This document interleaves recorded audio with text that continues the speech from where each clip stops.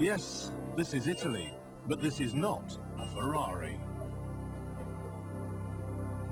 Yes, it's a sports car, but you don't need to mortgage your soul to buy one.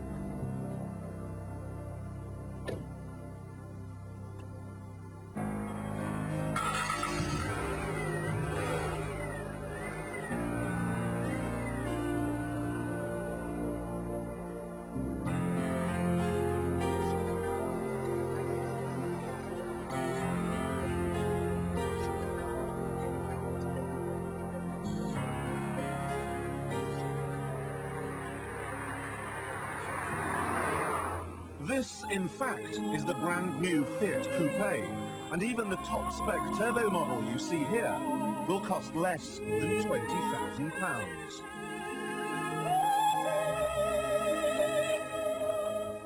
That price puts it up against the V6 Ford Probe we looked at the beginning of the series.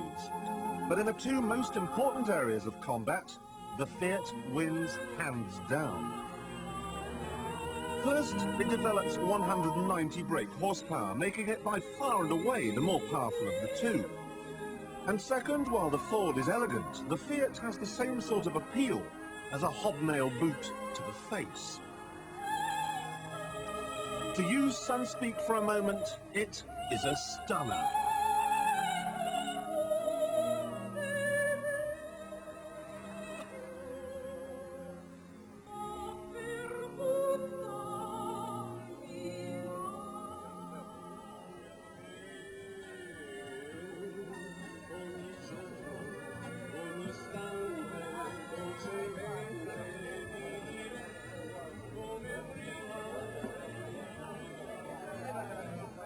Unlike all the other coupes in this class, the Fiat was designed by one of the great Italian styling houses, Pininfarina.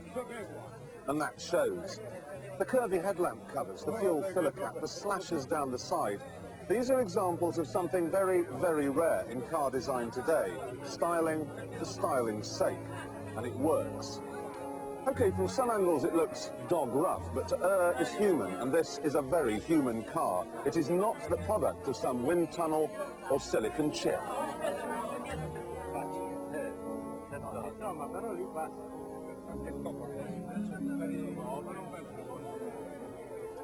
Fiat has dared to be different, and they must be applauded for that. And it's the same story inside. While most manufacturers go to enormous trouble to cover up the bare metal, Fiat, or should I say Pininfarina, has actually made a feature of it. I think it looks absolutely fantastic. It's a practical car too. The space in the rear for children, the boot is big. In fact, you've really only got two problems. One is fighting your way through the crowds, and two, if you're over 6 feet tall, you need a thick skull. Headroom is a wee bit on the tight side. But who cares? It's 20 years since Fiat last made a coupe, so it's incredible that after such a long absence, they should have got it so right. The big answer I want, though, is why did they come back? We decided to come back into coupe again because it's a nice game. And the coupes, Fiat was famous for the coupe when Fiat was at its best. So we hope to be back at our best. Now, the UK is not very kind to Fiat. We don't buy very many of them. Why have you bothered making it with right-hand drive?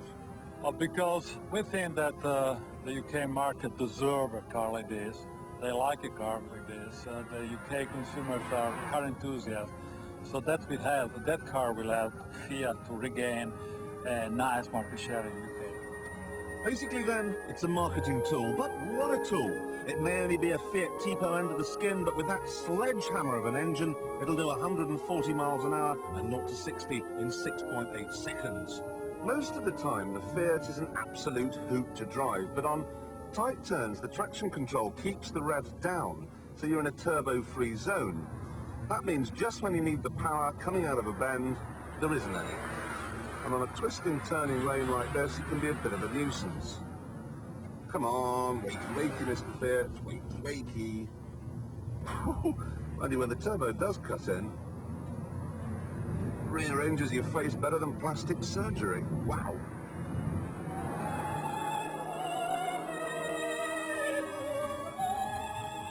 For an Italian car, it's all very sensible. In fact, the only thing I don't like too much is this steering wheel. It's too easy to catch the horn by mistake when you're going round a corner.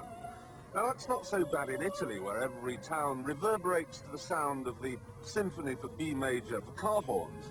But if you were to drive through Rotherham in a car like this with the horn going off every few minutes, people, quite rightly, would think you were a prat.